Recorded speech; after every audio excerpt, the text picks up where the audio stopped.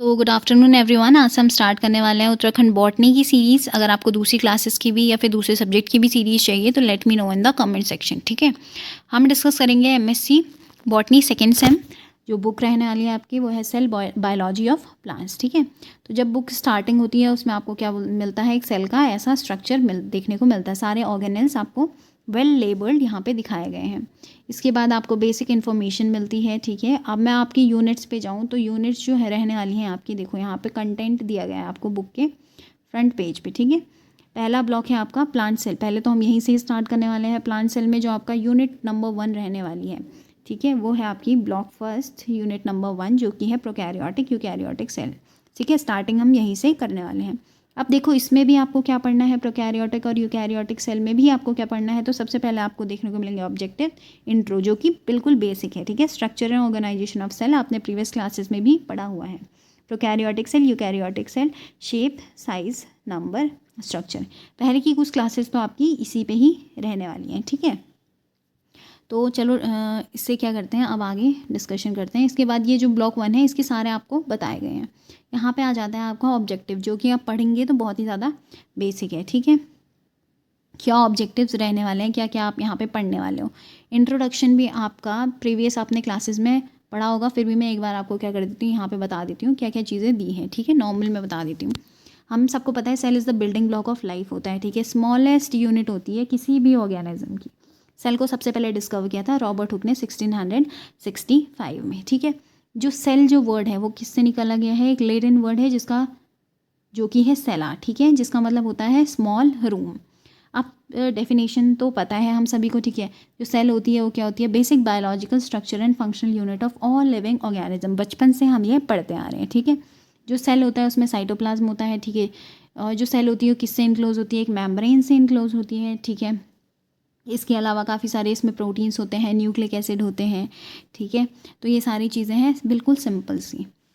अब आगे यहाँ पे थोड़ा सा देख लेते हैं कि जो लिविंग ऑर्गेनिज्म होता है, यहाँ पे दिया गया ना, all living organism except virus and certain groups of plants. ठीक है, वायरस और कुछ प्लांट्स के जो ग्रुप हैं जैसे राइजोपस है, वाउचेरिया है, एक्सेट्रा।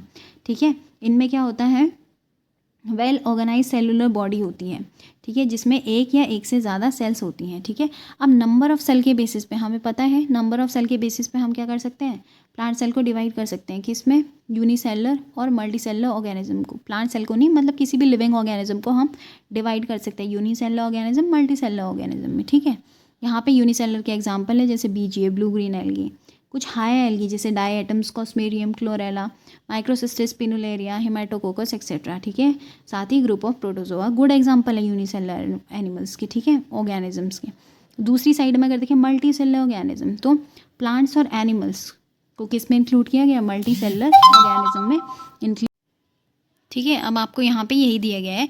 इसके बाद मल्टी सेलर यूनिसेलर पता चल गया। उसके बाद ये बताया गया कि जो सेल होती है वो क्या होती है, अलग अलग वैरायटीज़ में पाई जाती है। उसका शेप अलग होता है, साइज़ अलग होता है, नंबर अलग होता है। ठीक है, वो क्या होता है, उनका इवोल्यूशनरी एडेप्टेशन अलग अलग तरीके से हुआ होता है, डिफरेंट इन्वायरमेंटल कंडीशंस पे हुआ होता है। ठीक है, तो ऑब्वियस ही बात है डिफरेंट इन्वायरमेंटल कंडीशन क्या होगा, अलग अलग होगा। ठीक है, यहाँ पे बेसिक चीज़ें हैं जो आपको आगे जब हम मेनली डिस्क्राइब करेंगे वो उसमें आपको देखने को मिल जाएंगी। ठीक है, अब मेन जो टॉपिक है वो होता है यहाँ से start, structure and organisation of cell.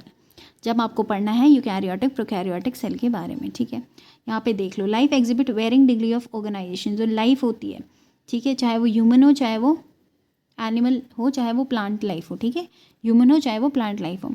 ठीक है, लाइफ क्या होती है, अलग अलग डिग्री ऑफ ऑर्गेनाइजेशन शो करती है। ठीक है, ऑब्वियसली शो करती है। हर किसी का ऑर्गेनाइजेशन अलग अलग होता है, किसके बेसिस पे, ओरिजिन और डेवलपमेंट के बेसिस पे। अगर ओरिजिन और डेवलपमेंट के बेसिस की बात की जाए तो सेल जो होता है उसे 2 ग्रुप में डिवाइड किया गया है, यहाँ पे आप देख सकते हैं।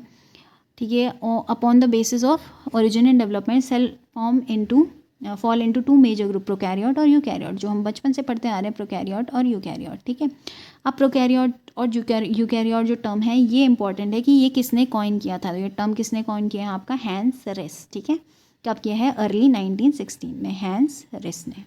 ठीक है, ये है important. Any cell organisms which में have only one kind of cell, either prokaryotic और यूकैरियोटिक। कोई भी सेल ऑर्गेनिज्म है उसमें या तो प्रोकैरियोटिक सेल होगी या तो यूकैरियोटिक सेल होगी, दोनों में से एक होगी। अगर प्रोकैरियोटिक सेल की बात करें, आपको पता है वो प्रिमिटिव होती है, स्मॉल होती है साइज़ में, सिंपल होती है, ठीक है, और इंटरनल कंपार्टमेंटलाइजेशन उसमें नहीं होता है। इंटरनल कंपार्टमेंटलाइजेशन मतलब जैसे एक रूम है उसमें अलग अलग कंपार्टमेंट है, अलग अलग कंपार्टमेंट में अलग अलग पर्सन रहता है, ठीक है। वैसे ही जो प्रोकैरियोट्स होते हैं उनमें कंपार्टमेंटलाइजेशन नहीं होता है, लेकिन यूकैरियोट्स में होता है, क्योंकि उसमें ऑर्गेनल्स जो होते हैं, ऑर्गेनल्स को हर ऑर्गेनल की अपने क्या होता है, कंपार्टमेंट होता है, अपना एक स्पेस होता है, ठीक है। तो इसीलिए क्या कहा गया है कि इसमें क्या होता है, इंटरनल कंपार्टमेंटलाइजेशन नहीं होता है प्रोकैरियोटिक सेल में। साथ ही वो प्रिमिटिव होती है, स्मॉल होती है, सिंपल होती है, ठीक है। अब उसके आगे यहाँ पे दिया गया है while eukaryotic cell have great variety of organelles. बहुत सारे ऑर्गेनल्स होते हैं, हमें पता है, उसका इंटरनल क्या होता है, ऑर्गेनाइजेशन भी उसमें होता है। ऑर्गेनाइज्ड वे में जो इंटरनल ऑर्गेनल्स होते हैं वो क्या करते हैं, सेटल होते हैं अपनी अपनी स्पेस पे, ठीक है। No matter which type of cell we are considering, all cells have certain features in common. कोई फ़र्क नहीं पड़ता है हम कौन सी सेल के बारे में बात करें, क्योंकि चाहे यूकैरियोट हो चाहे प्रोकैरियोट हो, ठीक है, दोनों में ही कुछ ना कुछ चीज़ कॉमन देखने को मिलती है। जैसे कि सेल मेम्ब्रेन कॉमन होगी, या फिर जेनेटिक मटेरियल, साइटोप्लाज्म और राइबोसोम, ये क्या होती है, दोनों ही सेल में हमें क्या मिलती है, कॉमनली देखने को मिलती है, ठीक है। अब बात करते हैं पहला, प्रोकैरियोटिक सेल। प्रोकैरियोटिक सेल में भी defined as a cell which do not have a true nucleus. बचपन से पढ़ रहे हैं, ट्रू न्यूक्लियस नहीं होता है, ठीक है। मेम्ब्रेन बाउंड ऑर्गेनल्स भी नहीं होते हैं, ये तो लिखना ही लिखना है आपको, ठीक है। अब organism that possess such kind of cell are known as prokaryotes. जिसमें प्रोकैरियोटिक सेल होगी, जिस ऑर्गेनिज्म में, उसको क्या कहेंगे, प्रोकैरियोट कहेंगे, ठीक है। ये क्या होते हैं, प्रोकैरियोट्स क्या होते हैं, टिपिकली यूनिसेलुलर होते हैं, ऑर्गेनाइजेशन में अपने यूनिसेलुलर होते हैं वो, ठीक है। एग्जाम्पल हैं आपके archaebacteria, pleuropneumonia like organism, PPLO, BGA, blue green algae, protozoa etcetera, ठीक है। ये सारे एग्जाम्पल हैं आपके प्रोकैरियोट्स के। अब बात करते हैं तो प्रोकैरियोट को अगर आप डिस्क्राइब करें तो प्रो मतलब होता है प्रिमिटिव, पुराना, ठीक है। कैरियन मतलब होता है nucleus. Cell are the most primitive, prokaryote cell are the most primitive type of cell. ये सबसे क्या होती है, प्रिमिटिव टाइप की सेल है, that exist on earth from the morphological point of view, ठीक है। They are the simplest, these are the simplest होती हैं, ठीक है। और इनका साइज़ भी स्मॉल होता है, ऊपर भी पढ़ा था ना हमने, तो साइज़ भी स्मॉल होता है। यहाँ पे देखो 1 to 10 माइक्रोमीटर इनका क्या होता है, साइज़ होता है। It is essentially one envelope system and its name indicates the nucleus are primitive type but true nucleus is absent. Nucleus होता है primitive, ये तो हमें पता है, primitive type होता है, true nucleus इसमें क्या होता है, absent होता है, ठीक है। The cell comprises of central nuclear component होता है, और सेंट्रल न्यूक्लियर कंपोनेंट को हम क्या कहते हैं, न्यूक्लियस ना कह के क्या कहते हैं, न्यूक्लियोइड कहते हैं, ठीक है। किसके जैसा दिखता है, रिजेंबल लाइक न्यूक्लियस, लेकिन ट्रू न्यूक्लियस नहीं होता है, क्योंकि हमें पता है ट्रू न्यूक्लियस नहीं होता है। तो ट्रू न्यूक्लियस नहीं होता है तो क्या होता है, न्यूक्लियोइड उसमें होता है प्रोकैरियोटिक सेल में, ठीक है। अब जो न्यूक्लियोइड होता है उसमें क्या प्रेजेंट होता है, विच कंटेन देयर वाइटल मतलब इंपॉर्टेंट नेसेसरी बायोमोलिक्यूल्स, ठीक है, जैसे कि न्यूक्लियर प्रोटीन और डीएनए प्रेजेंट होता है न्यूक्लियोइड में। Neither nuclear apparatus nor the respiratory enzyme system are separately enclose by membrane. तो इसमें क्या होता है, इसमें ना प्रोकैरियोटिक सेल में होता है कुछ भी क्या होता है, इनक्लोज नहीं होता है मेम्ब्रेन से। तो यहाँ पे क्या होता है, न्यूक्लियर एपरेटस और या फिर जो रेस्पिरेटरी एंजाइम्स हैं वो भी क्या नहीं होते हैं, इनक्लोज नहीं होते हैं मेम्ब्रेन से, फ्री होते हैं, फ्रीली वो क्या कर रहे होते हैं, मूव कर रहे होते हैं। However the inner surface of the plasma membrane itself में serve for the enzyme attachment. लेकिन क्या होती है, इसमें प्लाज्मा मेम्ब्रेन तो होती है ना, ठीक है, सेल मेम्ब्रेन नहीं होती है, लेकिन प्लाज्मा मेम्ब्रेन तो होती है। हाउएवर जो इनर सरफेस होता है प्लाज्मा मेम्ब्रेन का इटसेल्फ, वो किसकी तरह सर्व करता है, वो किसकी तरह वो सर्व करता है, एंजाइम अटैचमेंट। जैसे रेस्पिरेटरी एंजाइम्स की बात करी ना यहाँ पे, तो वो किस काम आता है, कौन सा वर्क परफॉर्म करता है, एंजाइम अटैचमेंट का भी काम वो करता है, ठीक है, plasma membrane. Cytoplasm such kind of cell lack in well-defined cytoplasmic organelles. Cytoplasm of such kind of cell lacks in well-defined cytoplasmic organelles. Endoplasmic reticulum हमें पता है, जो ऐसी जो टाइप की सेल्स होती हैं इनमें क्या नहीं होता है, जो प्रोकैरियोट सेल होती है वो क्या लैक करता है, endoplasmic reticulum, mitochondria, centrioles, Golgi bodies, ये सब क्या करते हैं, लैक करते हैं, इनमें प्रेजेंट नहीं होती हैं, किनमें, प्रोकैरियोटिक सेल में, ठीक है। बात करते हैं रिप्रोडक्शन की। तो रिप्रोडक्शन कैसे होता है इनमें, reproduction take place by vegetative means से यहाँ पे रिप्रोडक्शन होता है, ठीक है। बाइनरी फ्यूजन होता है और बडिंग से, ठीक है। ये कॉमन मेथड है रिप्रोडक्शन के प्रोकैरियोट्स में। अगर सेक्सुअल रिप्रोडक्शन की बात करें तो सेक्सुअल रिप्रोडक्शन में क्या होता है, एब्सेंट होता है। अगर बाई चांस प्रेजेंट हो जाए तो कैसा प्रेजेंट होता है, यूनिडायरेक्शनल, एक ही डायरेक्शन में क्या होगा, ट्रांसफर होगा जीन्स का, डोनर से और रेसिपिएंट।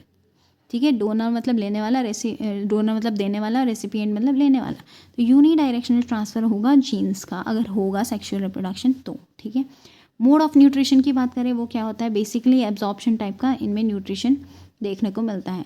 हाउएवर, ठीक है, कुछ जो होते हैं बीजीए, ब्लू ग्रीन एल्गी, वो क्या करते हैं, अपना खुद से फूड सिंथेसाइज कर लेते हैं। जैसे बीजीए प्रोकैरियोट है ना, लेकिन वो अपना फूड खुद से सिंथेसाइज करता है क्योंकि उसमें क्या होता है, फोटोसिंथेटिक पिगमेंट्स होते हैं।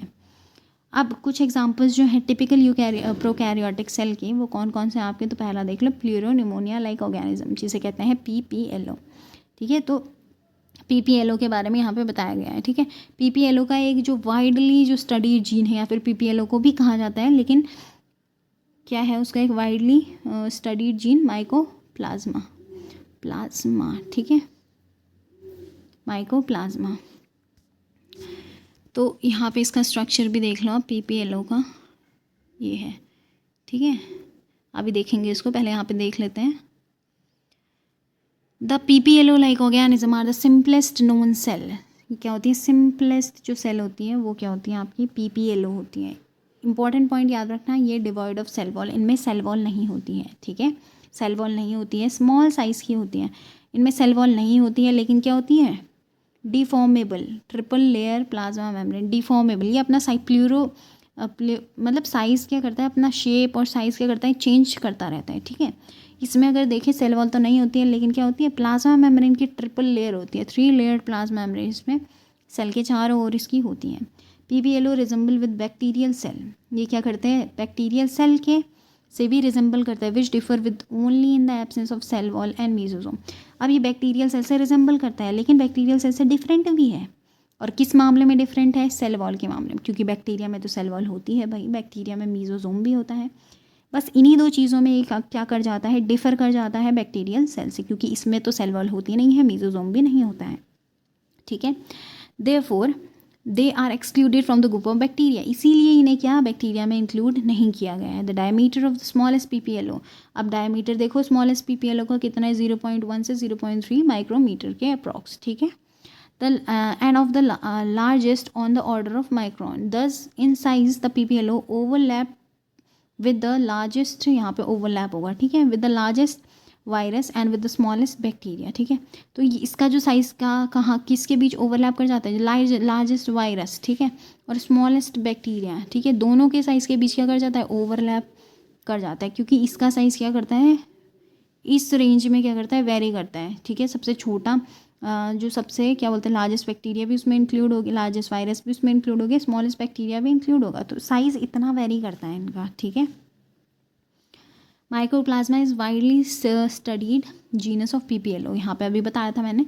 माइकोप्लाज्मा है वो क्या है, सबसे जो वाइडली, जिसको सबसे ज़्यादा स्टडी किया है, वो जीनस है आपका किसका,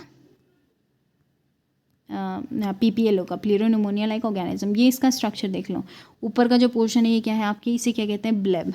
ठीक है, नीचे पढ़ेंगे इसके बारे में। यहाँ पे राइबोसोम प्रेजेंट होते हैं, पहले स्ट्रक्चर अच्छे से देख लेना। DNA प्रेजेंट होता है, प्लाज्मा मेम्ब्रेन होती है, सेल मेम्ब्रेन नहीं, सेल वॉल नहीं होती है। ठीक है, यहाँ पे वैक्यूल होता है। ठीक है, ये देख लिया, तो ये था डायग्राम आपका। ठीक है, अब देखो the cell of PPLO is restricted by thick. अब थिकनेस देख लो इसकी कितनी है, 75 एंगस्ट्रॉम। किसकी है थिकनेस, प्लाज्मा मेम्ब्रेन की थिकनेस है इसकी। ठीक है, granulated ground material called cytoplasm contain vacuole of undefined significance. यहाँ देखो साइटोप्लाज्म है ना, यहाँ पे साइटोप्लाज्म जो है इसमें क्या देखने को मिल रहा है, यहाँ पे वैक्यूल देखने को मिल रहा है। ठीक है, वही कह रहा है ये, ground material called cytoplasm contain vacuole. ठीक है, वैक्यूल यहाँ पे प्रेजेंट होता है। At the end of the cell a bird like structure called bulb is present which is less known in function। अब यहाँ पे देखो एंड ऑफ द सेल, जो सेल की जो एंड है यहाँ पे क्या है, ब्लेब प्रेजेंट है। ठीक है, इसका जो फंक्शन है वो क्या है, क्लियरली नोन नहीं है, लेकिन यहाँ पे ब्लेब याद रखना, ब्लेब भी यहाँ पे प्रेजेंट होता है। ठीक है, कहाँ पे, सेल के एंड में। ठीक है, the genetic material DNA fibrils form on a single circular double helix. ठीक है, तो जेनेटिक मटेरियल जो DNA देखा आपने कैसा है, फाइब्रिल फॉर्म में हो सकता है या फिर सिंगल सर्क्यूलर डबल हेलिक्स की फॉर्म में हो सकता है। और कहाँ तक लिमिटेड होता है, सिर्फ न्यूक्लियर रीजन में लिमिटेड होता है और कोई न्यूक्लियर मेम्ब्रेन उसमें नहीं प्रेजेंट होती है, न्यूक्लियर मेम्ब्रेन से इंक्लोज नहीं होता है। यहाँ पे क्या है, ये फिर फ्री फॉर्म में प्रेजेंट है ना डीएनए, कोई न्यूक्लियर मेम्ब्रेन से बाउंड नहीं है ये, ठीक है। The nuclear region is encircled by many ribosome and other compartment involve in protein synthesis. तो जो न्यूक्लियर रीजन है वहाँ पे देख लो कितने राइबोसोम्स हैं भाई, राइबोसोम्स ही राइबोसोम्स हैं, ठीक है।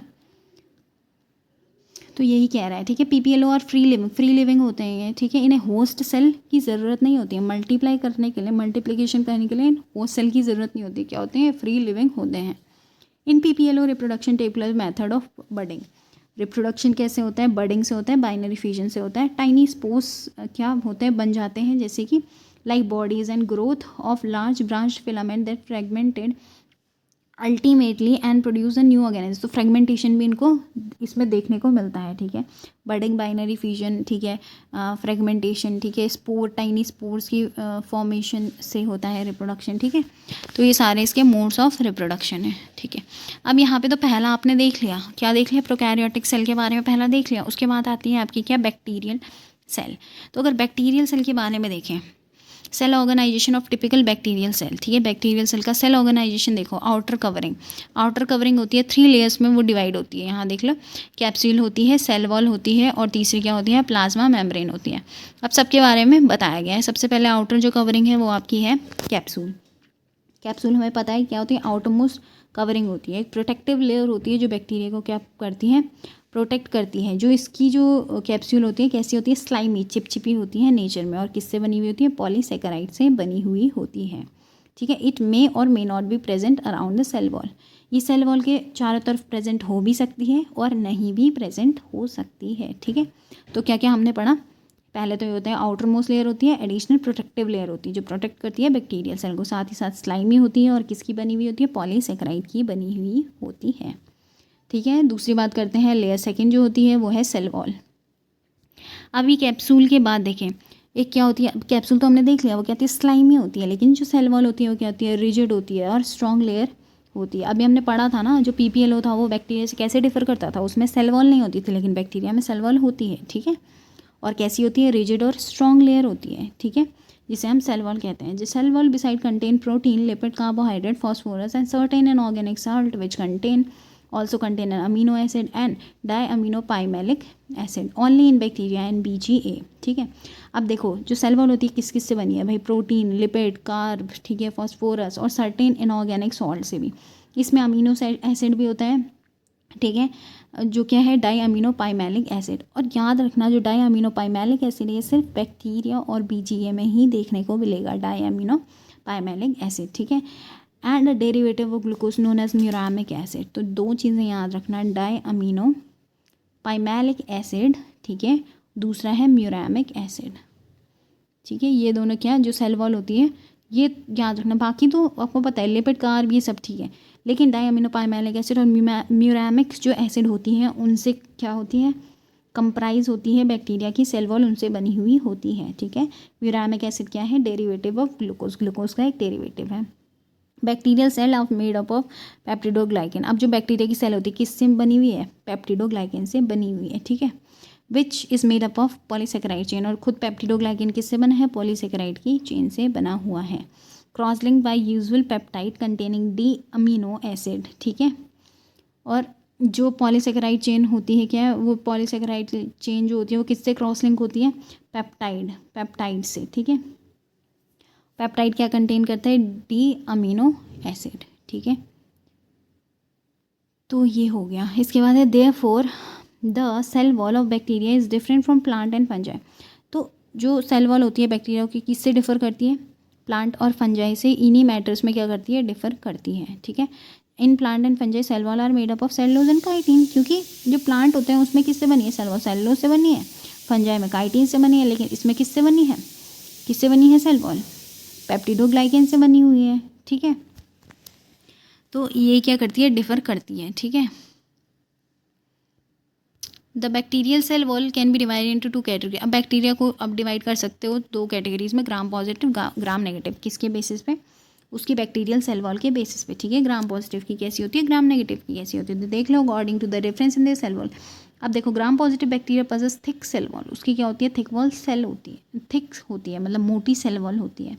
इसमें क्या होता है, कई सारी लेयर्स होती हैं पेप्टिडोग्लाइकेन की, टिकोइक एसिड की, ठीक है, एंड ट्रेसेस ऑफ आरएनए, साथ साथ क्या होते हैं आरएनए के भी कुछ ट्रेसेस होते हैं। जबकि जो ग्राम नेगेटिव बैक्टीरिया होता है उसमें क्या होती है, जो ग्राम नेगेटिव बैक्टीरिया होता है उसमें क्या होती है, रिलेटिवली थिन होती है इसकी सेल वॉल, ठीक है, consist of few layer of peptidoglycan, इसमें कम लेयर होती हैं पेप्टिडोग्लाइकेन की, ठीक है, surrounded by second lipid layer containing lipopolysaccharide and lipoprotein. जो ग्राम नेगेटिव बैक्टीरिया होता है उसमें क्या होती है, पहले तो हमने देख ली कि क्या होती है, थिन लेयर होती है उसमें, थिन सेल वॉल, ठीक है, होती है किसकी, पेप्टिडोग्लाइकेन की। लेकिन उसके अलावा उसमें जो सेकेंड लिपिड मेम्ब्रेन होती है वो किसकी बनी हुई होती है, लिपोपॉलीसेकेराइड और लिपोप्रोटीन की बनी हुई होती है, ठीक है। और उसमें क्या प्रेजेंट नहीं होता है, उसमें जो सेकेंड लेयर होती है उसमें क्या प्रेजेंट नहीं होता है, उसमें टिकोइक एसिड और आरएनए प्रेजेंट नहीं होता है, ठीक है, they do not contain teichoic acid and RNA. तो ये था आपका ग्राम पॉजिटिव और ग्राम नेगेटिव बैक्टीरिया के बारे में, ठीक है। अब जब ये मैं पूरा ये डिस्कशन कर लूँगी ना प्रोकैरियोट यूकैरियोट, उसके बाद जब मैं लास्ट में आपको क्या करूँगी, prokaryotes gram negative gram positive को अलग से डिफ्रेंशिएट करके, ठीक है, यूकैरियोट प्रोकैरियोटों को अलग से डिफ्रेंशिएट करके बताऊँगी, आपको ईजिली समझ आएगा, ठीक है, जो स्टेन टेस्ट होते हैं इनके, ठीक है, वो। फिर आता है आपका लेयर थर्ड। अभी मैं क्या कर रही हूँ, जो बुक में दिया गया है ना उसको आपको समझाने की कोशिश कर रही हूँ, ठीक है। तो यही आपका फिर आती है आपकी plasma membrane after sale wall, thin. अभी सेल वॉल की बात हो गई, सेल वॉल के बाद क्या आती है, एक थिन बाइलेयर आती है, ठीक है, सराउंड्स द होल साइटोप्लाज्म, जिसने सब पूरे साइटोप्लाज्म को क्या क्या होता है, कवर किया होता है। उस लेयर को हम कहते हैं प्लाज्मा मेम्ब्रेन या फिर साइटोप्लाज्मिक मेम्ब्रेन, ठीक है। ये कैसे काम करती है, एक सेलेक्टिवली परमिएबल बैरियर की तरह काम करती है, हर किसी जो भी चीज़ है उसे अंदर आने नहीं देती है, ठीक है, सेलेक्टिवली परमिएबल मेम्ब्रेन की तरह काम करती है, ठीक है। That regulate the passage of substance into and out of the cell, cell से अंदर क्या जा रहा है, बाहर क्या जाता है, ठीक है, उसके लिए एक बैरियर की तरह वो एक्ट करती है। Bacterial membrane allow passage of water, जो बैक्टीरिया की मेम्ब्रेन होती है वाटर का पैसेज को क्या करती है, अलाउ करती है। And uncharged molecules up to molecular weight, जो देखो मॉलिक्यूलर वेट 100 डाल्टन्स के जो मॉलिक्यूलर वेट के जो सब्सटेंस होते हैं, अनचार्ज मॉलिक्यूल होते हैं, उनके पैसेज को क्या करती है, वो अलाउ करती है, ठीक है। तीन चीज़ें याद रखना, वाटर के पैसेज को अलाउ करती है, अनचार्ज जो मॉलिक्यूल है उनके पैसेज को भी अलाउ किया हुआ, ठीक है, और ऐसे जो मॉलिक्यूल जिनका जो मॉलिक्यूलर वेट होगा वो 100 डाल्टन के तकरीबन होगा, उनको ही अलाउ करती है, ठीक है। अब डजंट अलाउ, किनको अलाउ नहीं करती है, ठीक है, तो लार्जर मॉलिक्यूल्स को वो अलाउ नहीं करती है। 100 डाल्टन से जो बड़े जो मॉलिक्यूल्स हैं उनको अलाउ नहीं करती है वो, उनकी एंट्री एग्जिट, ठीक है। एग्जिट तो कैसी होगा जब एंट्री नहीं होगी, ठीक है, लेकिन अंदर भी जो मॉलिक्यूल्स होंगे उनका भी वो क्या नहीं करेगा, बाहर नहीं जाने देगा उनको, ठीक है। This membrane also contain an oxidative और एस्पायरेटरी एंजाइम, तो इसमें क्या होता है, जो मेम्ब्रेन होती है इसमें ऑक्सीडेटिव और एस्पायरेटरी एंजाइम होता है, जो कि फंक्शन में क्या होता है, सिमिलर होता है किसके, माइटोकॉन्ड्रिया के। यूकैरियोटिक जो सेल होता है उसमें माइटोकॉन्ड्रिया के जो फंक्शन के सिमिलर होता है, ठीक है। This membrane also contain an oxidative और एस्पायरेटरी एंजाइम, इसमें क्या होता है, जो प्लाज्मा मेम्ब्रेन होती है इसमें एक ऑक्सीडेटिव और एस्पायरेटरी एंजाइम होता है, जिसका फंक्शन किसके सिमिलर होता है, माइटोकॉन्ड्रिया जो पावर हाउस ऑफ सेल है उसके क्या होता है, सिमिलर होता है, ठीक है। The plasma membrane is composed of, plasma membrane किससे बनी हुई होती है, तो वो फॉस्फोलिपिड बाइलेयर से बनी हुई होती है। सेल वॉल जो थी वो किससे बनी थी, पेप्टिडोग्लाइकेन से बनी हुई थी, ठीक है। Diamino pimelic acid, muramic acid, ठीक है, प्रोटीन लिपिड ये सब, ठीक है। अब यहाँ पे था हाँ, plasma membrane composed of phospholipid bilayer, ठीक है। Bacterial membrane are composed of 40% phospholipid, क्या होता है इसमें 40% फॉस्फोलिपिड होता है, 60% प्रोटीन होता है, ठीक है, बैक्टीरिया की मेम्ब्रेन में।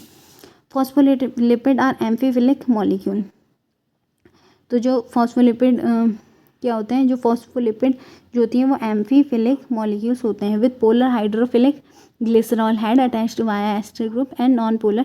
तो प्लाज्मा मेम्ब्रेन कैसी होती है, देखो आपको क्या पता है, फैटी एसिड किससे, फैटी एसिड से बनी हुई होती है, और क्या होते हैं उसमें प्रोटीन होते हैं। अभी प्लाज्मा मेम्ब्रेन का स्ट्रक्चर आएगा ना, तो प्लाज्मा मेम्ब्रेन का स्ट्रक्चर पढ़ेंगे, ठीक है।